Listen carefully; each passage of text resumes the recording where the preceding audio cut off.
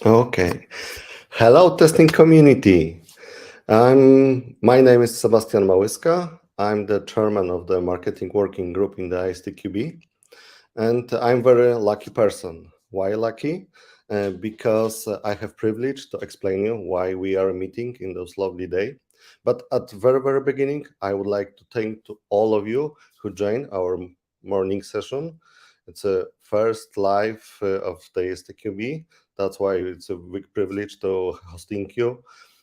Some general information. So we are really hoping about your feedback. We're really hoping about your questions. So please use the comments under the streams to ask the question, to raise your concerns during the talk. All the questions, or at least majority of them, we'll try to explain on the end of the session in the question and answer section.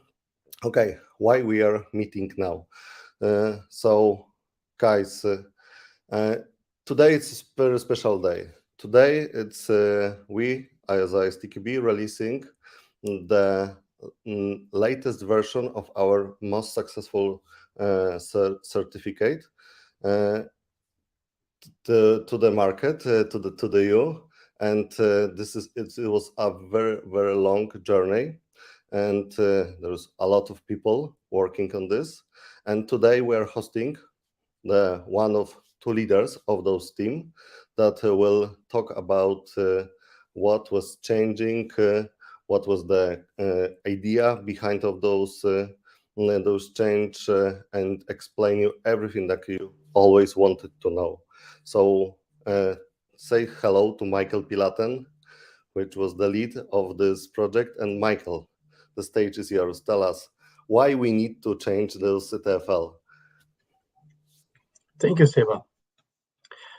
So, welcome everybody. Good morning, good afternoon, good evening. Well, just like Seba, it's hard to explain how excited I am to be standing, or better sitting here, in front of you presenting the new ISTQB Foundation syllabus. Over the last years, we read quite some comments and remarks regarding ISTQB and more especially its foundation level syllabus. Comments were that it was outdated, it was not up to speed with everything which was agility, it was too theoretic, it was designed for testing as a profession and was testing for activity, and much more. I'm only saying the good stuff, by the way.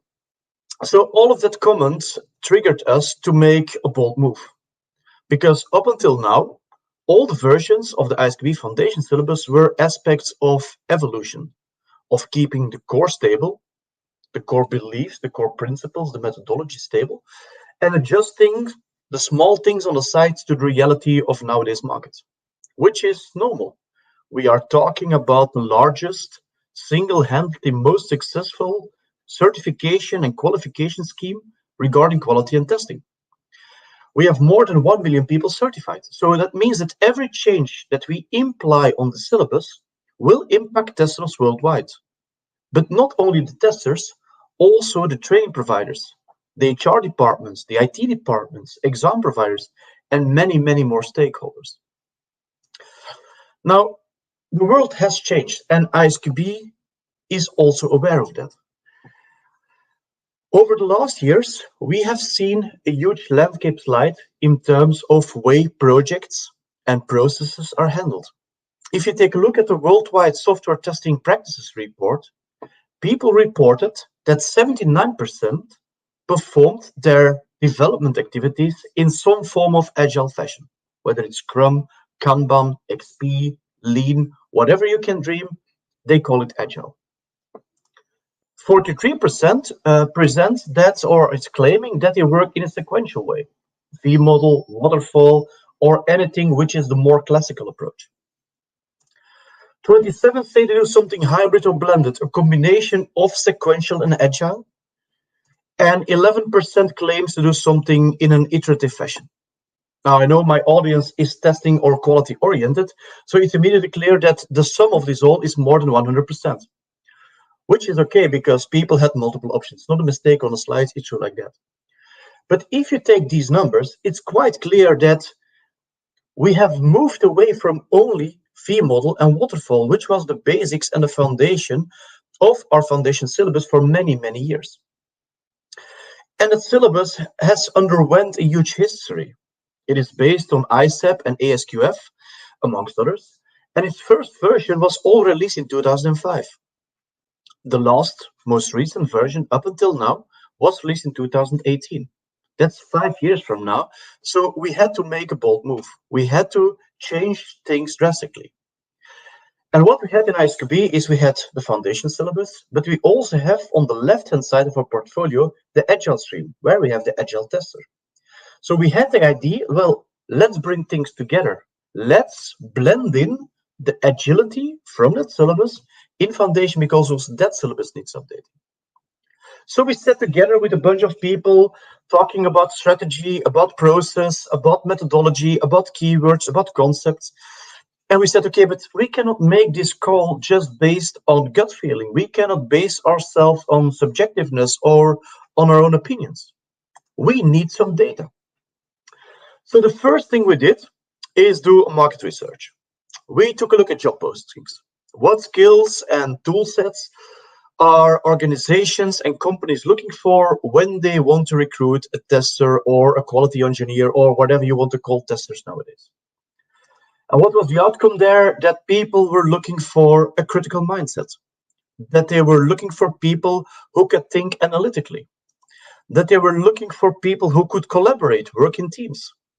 But on the other hand, that might seem a bit strange also for people with a large degree of independence, who are not easily blown away, that take pride in delivering quality products, that are true team players, and on top of that, that are certified in some way.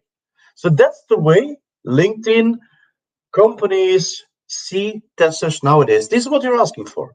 They're not truly asking for tool sets, because that's something which is outdated in a couple of years. But these are the skills, you can call them soft skills, I call them skills in general, that companies are looking for when thinking about testers. So that's the first thing for me and for us as a team that was important to keep in the back of our minds when drafting a new syllabus. Secondly, we started to define a strategy for the new syllabus. We wanted to create a new standard that brought the two worlds together, the classical, traditional, sequential world of the V model and Waterfall, with its documentation, its requirements, its elaborate test planning, well-documented analysis and execution. And on the other hand, a more incremental or iterative world based upon open communication, collaboration, and continuous everything. Which was honestly quite hard, because we had syllabi for both worlds. We had the old foundation and the Agile tester. And just merging those two would definitely result in a Frankenstein version of a syllabus, with topics all over the plate and a total consolidated study time of 5 days or more. So we decided it was too long, it was impossible, that we would merge, if possible, the duplicate items from both syllabi, keep as many of these topics in both syllabi as DLC agnostic, not talking about V model, Waterfall, Agile, but what is common, and keep those as is. And of course, introduce as many industry accepted practices as possible, whilst keeping a pace of 3-day training or study time effort. That was our second decision. And finally, we did a stakeholder elicitation. And if there's one lesson that we as a team and I as a person have learned, is that there's worldwide no definition of a tester. Of course, our ISQB, we wrote a definition of what testing is, but a tester is undefinable. Testing is an art, like painting. You can't compare or contrast Picasso and Da Vinci. They have completely different styles, but we can still call them painters. So we had talks with all kinds of stakeholders that, for example, told us that Agile, that's already beyond commodity, so we should not include it in the syllabus, whilst other stakeholders were reluctant to introduce anything regarding collaboration, because that's something we will never do in our world. So this syllabus is aligned with all of that. It is a new standard. It's the new qualification document for the art of software testing. For every testing activity, for all people that perform any kind of testing, whether they are developers or analysts, product owners or business proxies, whether they are tribe engineer or quality engineer or dedicated tester. Wherever you are in the world, for whatever kind of organization you work, the syllabus is there for everywhere, everyone. Now, I cannot present the new syllabus without thanking quite some people. To achieve this, we had composed a team of different authors with different backgrounds from different countries, from trainers to consultants, from professors to managers. All roles, but also all global regions were represented to make this a global syllabus. And not only that, because we also had to ensure that our syllabus was technically sound, we relied on a group of technical editors and, of course, a group of worldwide volunteers that expressed their opinion in 4 rounds of reviews, challenging us completely, our business outcomes, our learning objectives, our syllabus, the exam question, the answer, the justification. We got quite some comments, but we tackled those and we went into discussion to make sure we wrote the best syllabus on the market. So I guess if you saw me on conference the last couple of weeks and months, I've said it already a couple of times before, but I'll keep on repeating this since this group of volunteers really pulled it off. So I can not express anything else than just my gratitude to all these volunteers that made this product possible. Now, what is this product about? What is the new syllabus about? Let me share some insights regarding the topics we'll tackle in the syllabus and the contrast with the old version. The first chapter is still called the fundamentals of testing because we have to explain to people novice to testing what testing is about. So we'll explain what testing is, what is testing, and of course, what is not testing. We also explain, and unfortunately, that's still something that people need to do a lot, why testing is necessary. Yeah, but we have all kinds of great tool sets, and we have the best developers in the world, and we have this IDE, and we do not need testing. Well, sorry to say, but you will need testing, and you will have to do some investments in quality. So you need testing. We'll explain why. That helps you to make a business case to your managers, to your product owner, to invest sometimes some effort in testing. We'll talk about the basic test principles. What are the guiding principles when undertaking testing? We'll talk about an overview of different test activities, the testware, so the products we are creating while testing, and the different test roles, the roles people undertake in a testing project. And finally, we talk about the essential skills and the good practices that you can apply in testing. Now you might say, well, Michael, that's not too different from the current version that we have.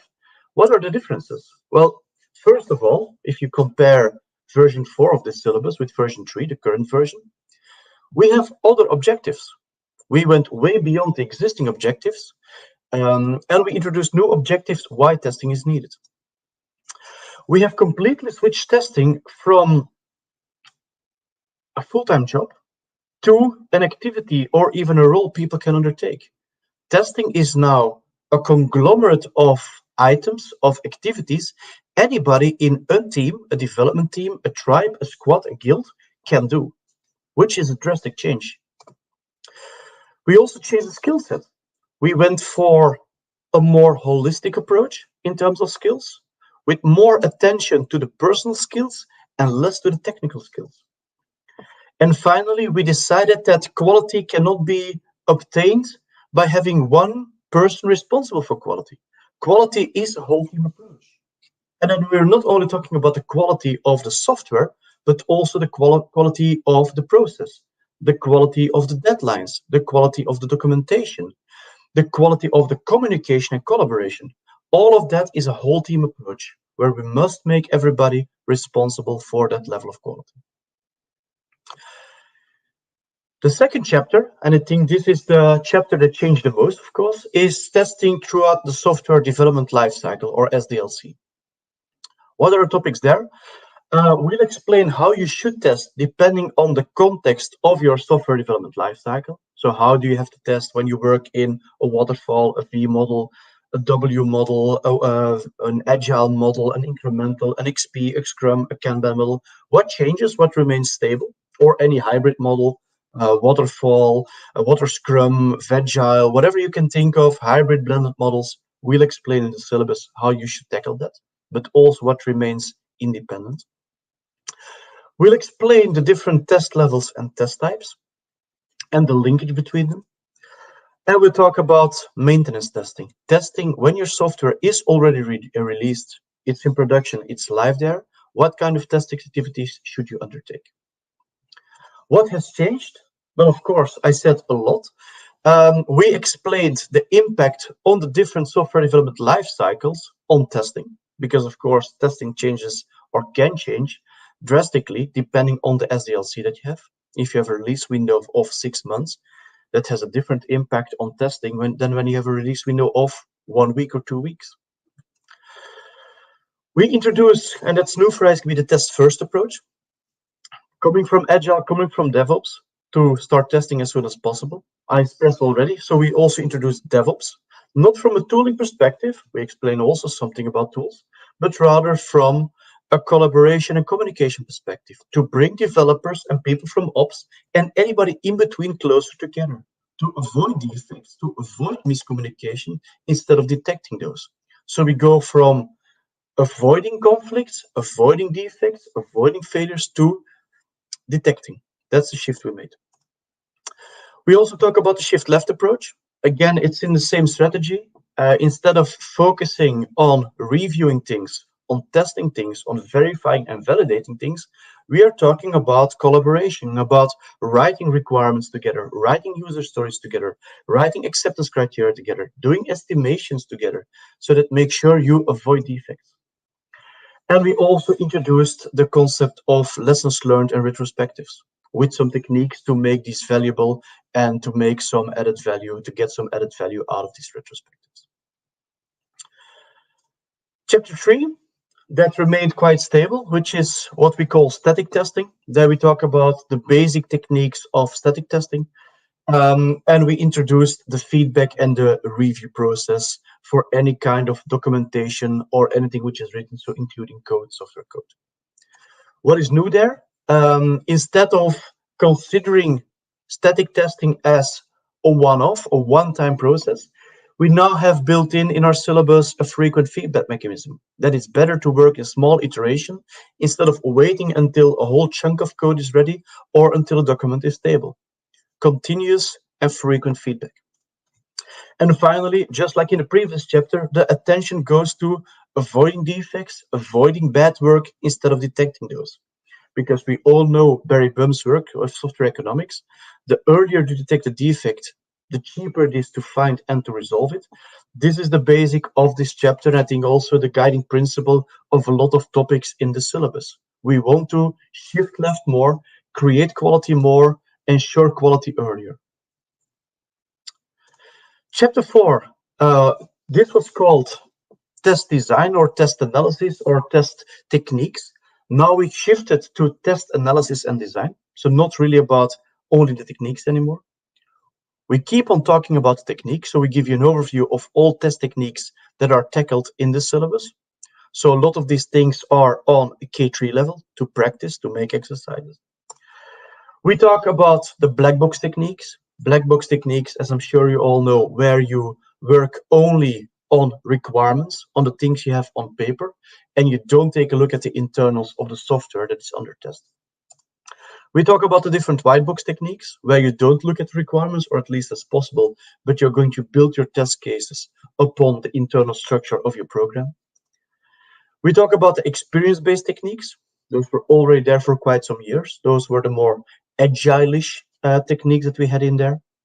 So error guessing, exploratory testing, all of that has remained. But new there is what we call the collaboration-based test approaches to achieve that level of quality sooner, earlier, to have that in there. So what is new? We have shifted away from what we called in earlier versions decision testing on the white box techniques landscape, and we shifted to branch testing. In practice, it's a lot different that much, but of course, there will be some slight changes. Most tools have already underwent that change. They use branch testing.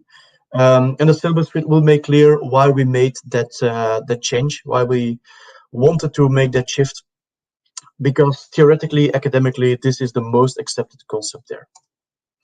We also introduced checklist-based testing as an experience-based technique, not only error guessing and exploratory testing, but also based on checklists. And those checklists can be based on heuristics or on testing tours or on common knowledge that is used, or on test charters. At least it has the basic concept there. For the collaboration-based test approaches, we also talk about writing user stories. Yes, we want testers to be able to assist in writing user story, to practice collaborative user story writing, to ensure that those requirements, those user stories, or even the visions or the epics or the features are well written, are complete, are consistent, are correct. We want to avoid that these omissions are detected only in testing or in development. We want to detect them earlier. So we want testers to be able to write user stories. We also want testers to be able to derive from those user stories testable acceptance criteria. So just like a definition of ready, a definition of done on a user story level, on a requirement level, what makes a requirement good enough to be accepted, to pass the guidelines of quality? And then finally, we also introduced the concept of acceptance test-driven development. Gherkin, amongst others, will be introduced, the given when then statements, not from a tooling perspective, but again in an avoiding. ATDD not as a testing approach, but as a development approach. How can we limit the requirements that we need to write? Also limit the number of translations from requirements to test cases, to code, to execution. No, we can avoid a lot of those translations, which are, of course, causing errors. We want to avoid that, and we want to try to do that using ATDD. That's for chapter 4. Chapter 5 was called previously test management. Now it has been rebranded into managing the test activities, because the more you go in agile approaches, the less you see the need for a pure role of a test manager. And the management is rather something that is a group of activities undertaken by a squad, by a tribe, by a guild, by a group of individuals responsible for quality of the software. So hence the topic change. What are internal topics? We keep on talking about test planning, of course, because that's something we need to do, whether it's on a big scale of a large project of multiple months or multiple years, or it's on a small scale with a 1 day, a 5 days iteration, you still need to do some test planning. We also talk about risk management. Whatever kind of SDLC you work in, risk will define your testing.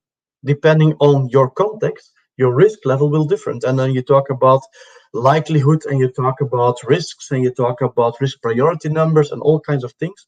That remains stable. That's still there whether you work in Agile or not.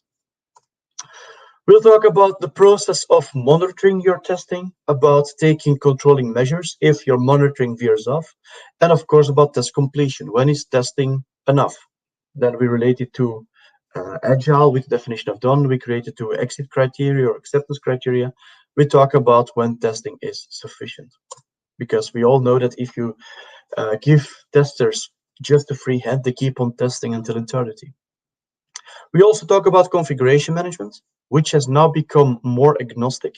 Configuration management in previous version was rather oriented towards documentation. Now we also say can be applied, should be applied to code, to our own test automation case, to our own test cases.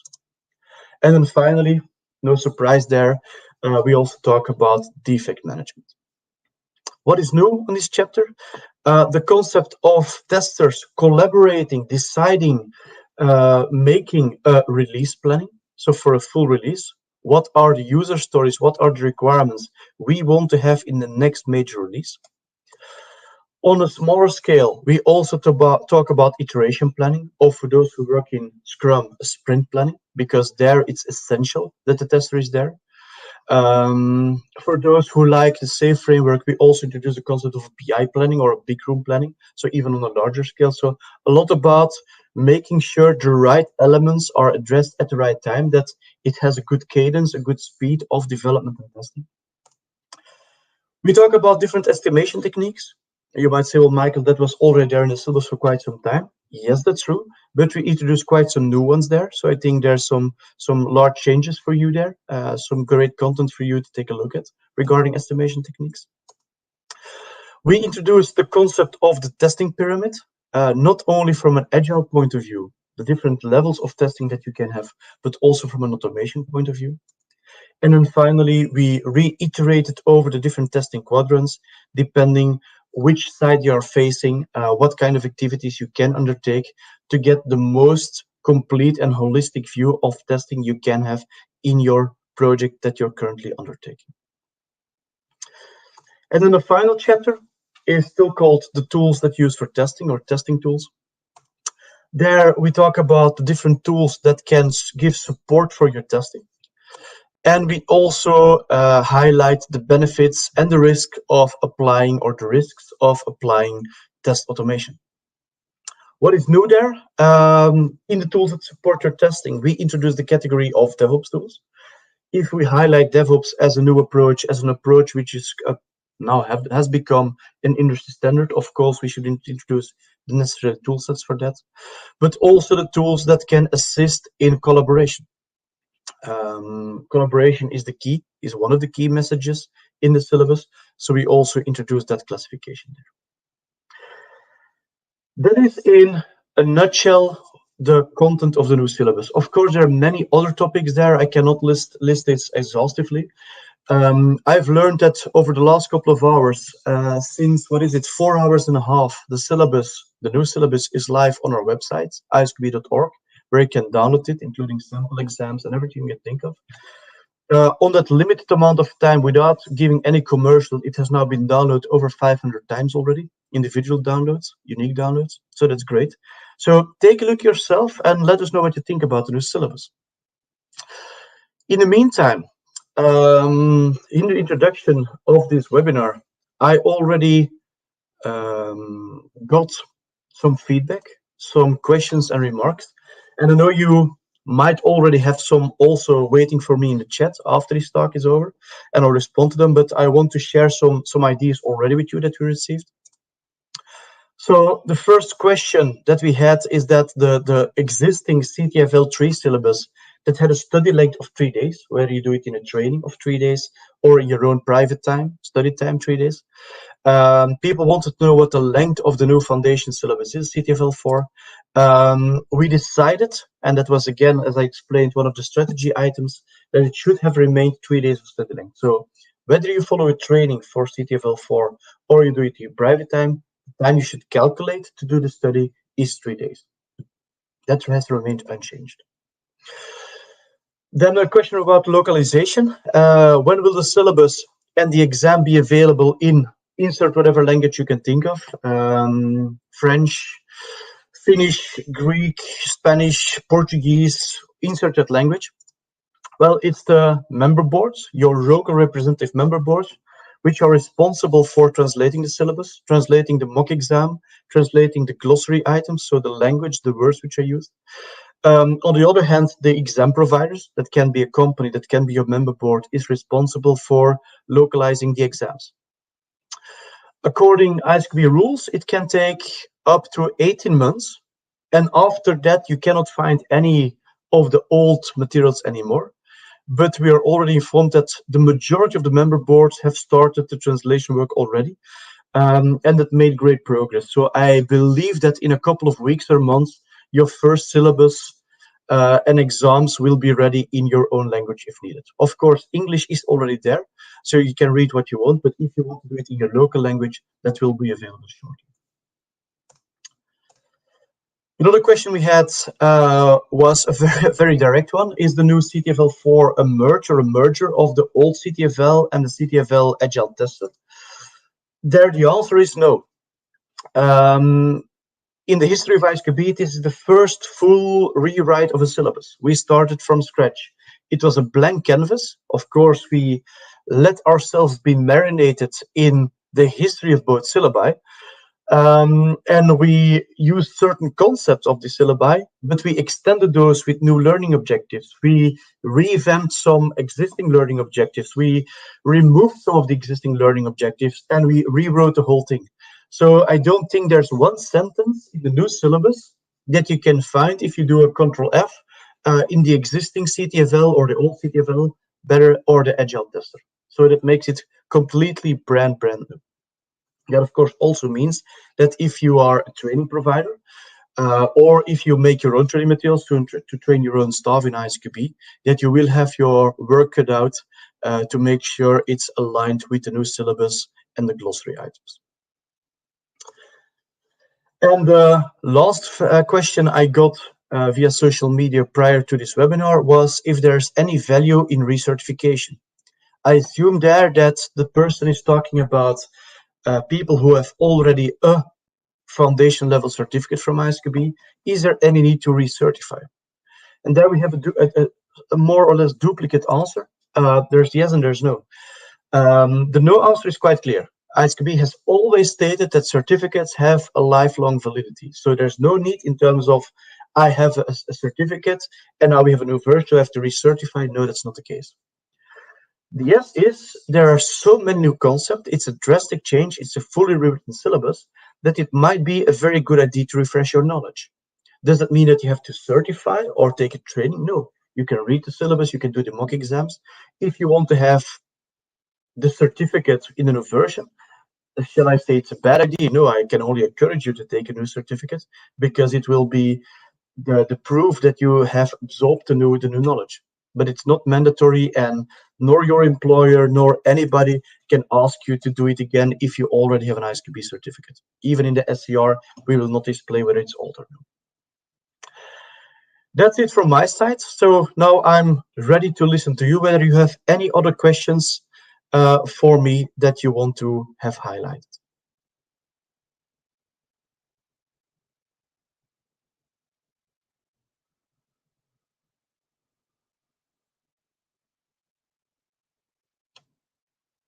Okay, I see a question there. Where can we download the English new syllabus, please?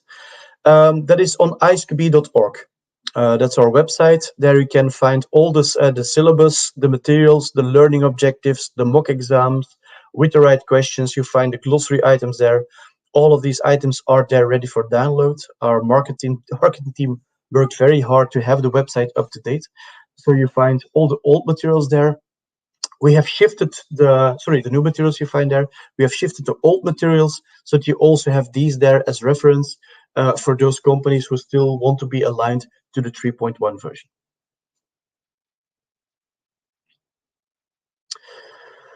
Any book or study material for the newly updated syllabus? That's a good question. Well, first of all, the syllabus is the foundation. So it's the basic on which any kind of work product will be built on. Together with the syllabus, we released a number of mock exams, one mock exams with different questions. We're working on already different versions of mock exams, that we have more mock exams available. And I can only imagine, and I can predict, in fact, that a lot of training providers will be ready or trying to get ready to translate the new syllabus into training materials, e-learnings, whatever you can think of. I know that one of the authors or a few of the authors of the syllabus are working on a book to be released that normally should be by summer there. So yes, there will be books and study materials, because according to ISQB guidelines, and also in line with other kind of certification schemes like SAFE, like IREP, like IQBBA, like ITAL, the syllabus alone gives you the necessary knowledge to pass the certificate, to learn something, but it's not the only thing that you can have. So it might be a good idea also to take those supplementary additional learning materials with you. Oops, there was one that I missed that went too fast. Okay. Do we get a detailed comparison document to update our training course? Yes, it's there.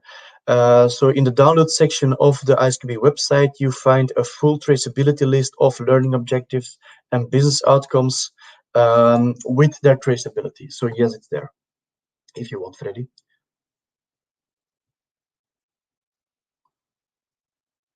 Other questions?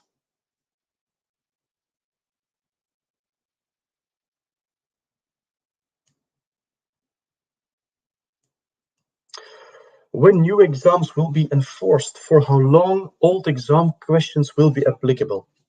I think I tackled that to a certain extent in the existing questions remarks we had. So ISQB can only support 3.1 exams in English until 12 months after release. So what is it today? The 9th of May. So the 9th of May 24, there will not be a possibility anymore to take the old exam in English. For everything which is localized, it's 18 months. So then it will be the 9th of November 24, where you cannot do the 3.1 or 3.11 version of ISQB anymore until be the 4.0. So that's true for the new exams, for the exam questions, for the mock exams, and for training materials.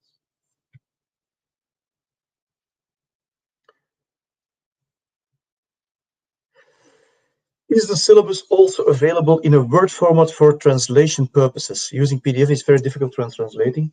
Mina, I understand your concern, and I support it. So we can only use PDFs because we have to guarantee, of course, the validity. We cannot put a Word document on our website. But what we can do, and we ensured that it was possible if we tried it ourselves, we tested ourselves, is that you open the PDF in Word itself and it translates, or it at least converts correctly. So just open the PDF in Word and that will work. We also checked in different languages, if you upload the PDF in translation tools like DeepL, like Google Translate, it also is also able to understand every line of it. So there's no strange PDF DRM stuff in there that prohibits you from using that kind of tool. So translation should not be the issue.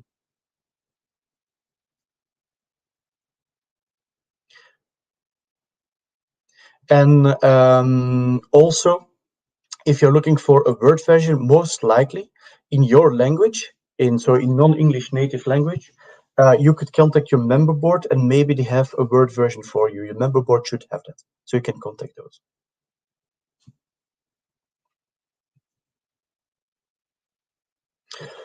Can you add in time, not tomorrow, more mock exam materials? All the students say these are helping a lot, and currently the number of these mock exams is low.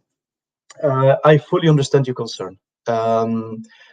When we wrote this syllabus, one of the basic concepts was question-driven approach.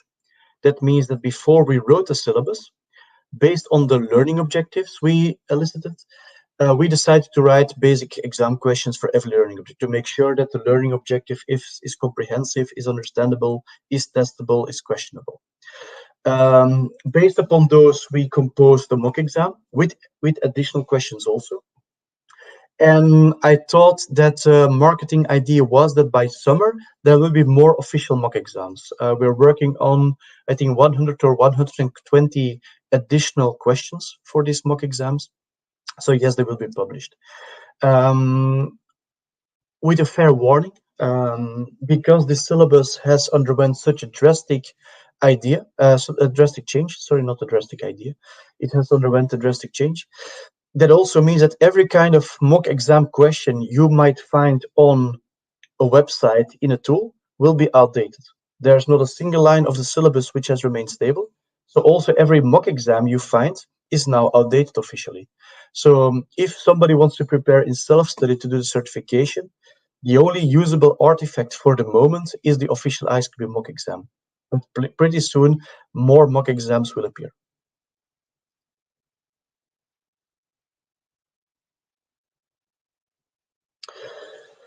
Is CTFL 4.0 enough to go for all CTFL Agile certifications? So is CTFL 18 not needed anymore? That's a great question. Political correct answer. CTFL itself cannot decide what the prerequisite for other syllabi are. We have one existing certified tester advanced level Agile certification, which is the Advanced Agile Technical Tester. and there CTFL is still the prerequisite. For the other one in development, which is called Atlas, Agile Test Leader at Scale, there still AT is there. What we are thinking about, and that is not undertaken yet, is that because a lot of content is there in the foundation, that we should rethink the prerequisites of the Agile tester. But for the moment, this is not yet the case. So AT is still there. There is still some added value in there that you can use, that you should use. So yes, you still need it.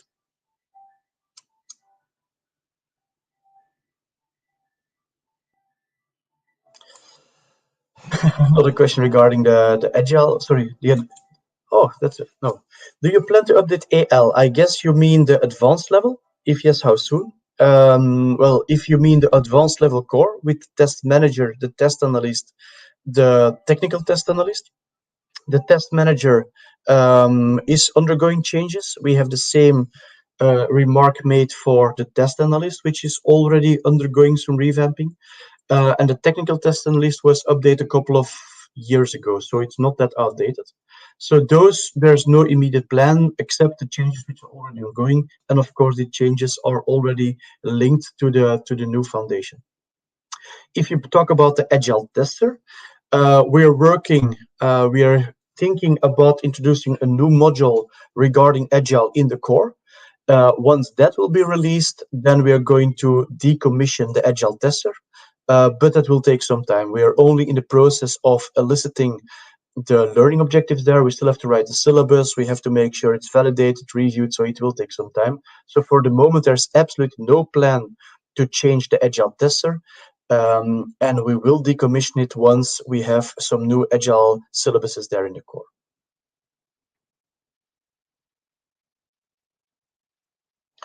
Does this mean that the other syllabi will be updated in the future? But I think the basic concept of ISQB is that we try to update the syllabi whatever it's needed. When the market says needed, there's new technique, new tools, new insights, new academical backgrounds, empirical studies. So we keep on doing that. I think for this foundation, it took 5 years, which is quite lengthy, which also makes sense because if you ask training providers to do the effort of translating materials, creating materials, getting to accreditation certification, and then a couple of months later you say, hey, we have a new version again, all that work is down the drain. That's not what you want to do. So I guess we can make the promise that whatever we will do, we'll update syllabi. That's true for foundation, that's true for everything which is in the core advanced, that's true for specialization where updates are coming. So of course we want to keep them as valid as possible.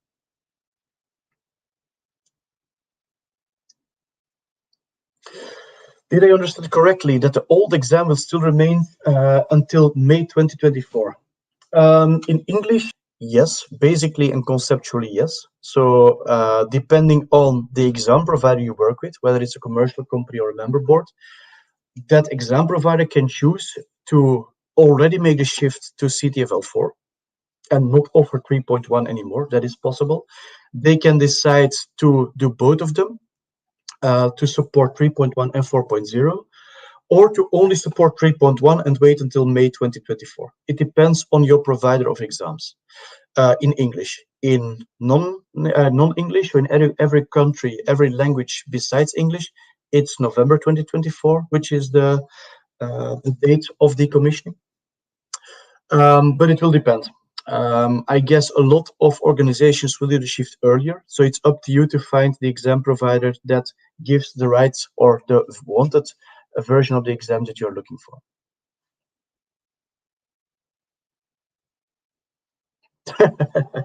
Can we get certification for free? That's a good question. Well, ISQB certification always comes with a cost, and it can be that somebody carries the cost for you, but an ISQB exam costs money. Depending on the country you are in the world and the exam provider you choose, it costs more or less. For ISQB, it remains equal because the fee that a training provider, an exam provider, a member board attributes to ISQB is stable. But there are so many differences whether you do it on paper or in an e-form, an e-exam, or a proctor-based exam, or a computer-based exam. So many different exam types. But no, you cannot get a certification for free. I know there are academia institutes, there are universities that include ISQB in their portfolio, and maybe they deliver it for free, that they pay for the exams. There are training providers where you pay one fee to follow training, and in that fee the exam is included, but an ISQB certificate always comes with a certain fee.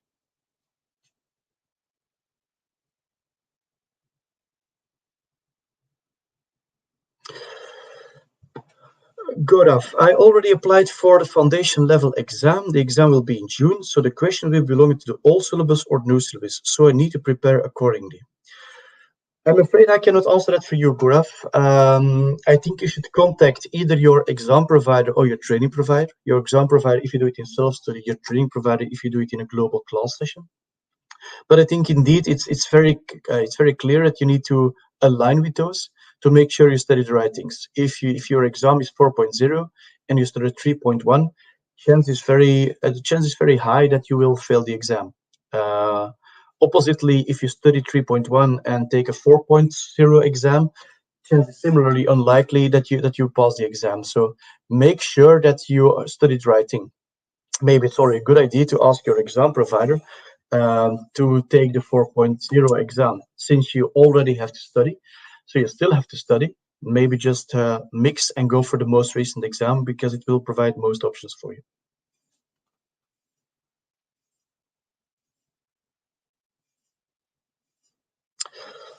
Lars, will training providers need re-accreditation?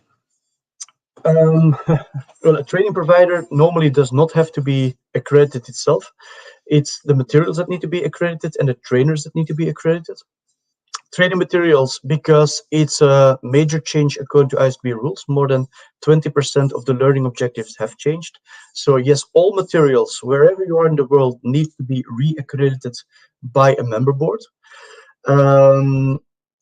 That also means that as a trainer, and that is something new, that's the first time we do that, because the change for the syllabus is so drastic. If you want to be a trainer for the new CTFL course, for CTFL 4, you either have to go for the exam, the new exam yourself, so you need to reapply for the exam and pass the exam, or you need to have the old foundation certificate, so anything prior to 4.0, but also the Agile tester, because we have so many Agile concepts there that we want to make sure that any kind of trainer also understands what agility is about and the basic concepts of things like iteration, planning, the backlog, retrospectives, definition of done, definition of ready, that all of these are there.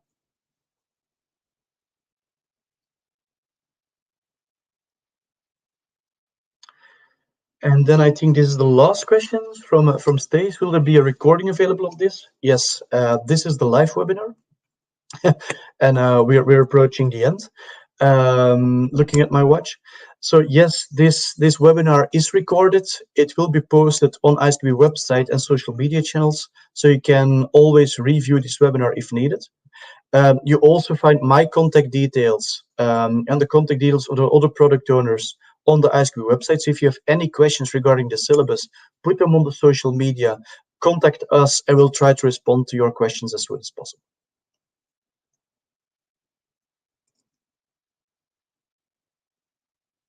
Okay, and I guess that was the last question. So I would like to thank you a lot for your attention, for being here. I wish you a great continuation of your day, and I wish you all the best and success with the new foundation level syllabus. Yes, Michael, and from my side, I will thank you for the great presentation, also for a lot of questions. Some of them was really difficult.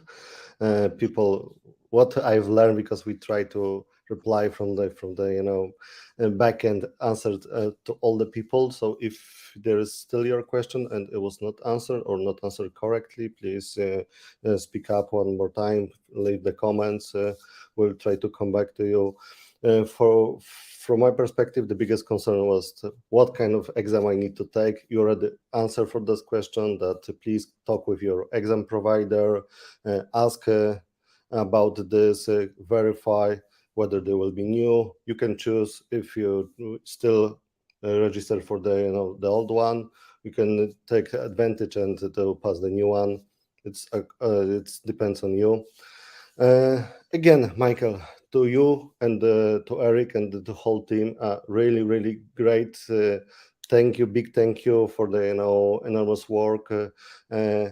How important this is for the testing community. We see you already mentioned about the digits, that without the advertisement we have so many downloads already on the website, so many people on today's online on the live, and I really, really hope that everyone enjoy of this work, and our certification will be much more closer to the project reality as it was intention of this change. So again, Michael, thank you. Have a great You're welcome. day, and all testing community. It was lovely to meet you, and let's be in touch. Bye-bye. Bye.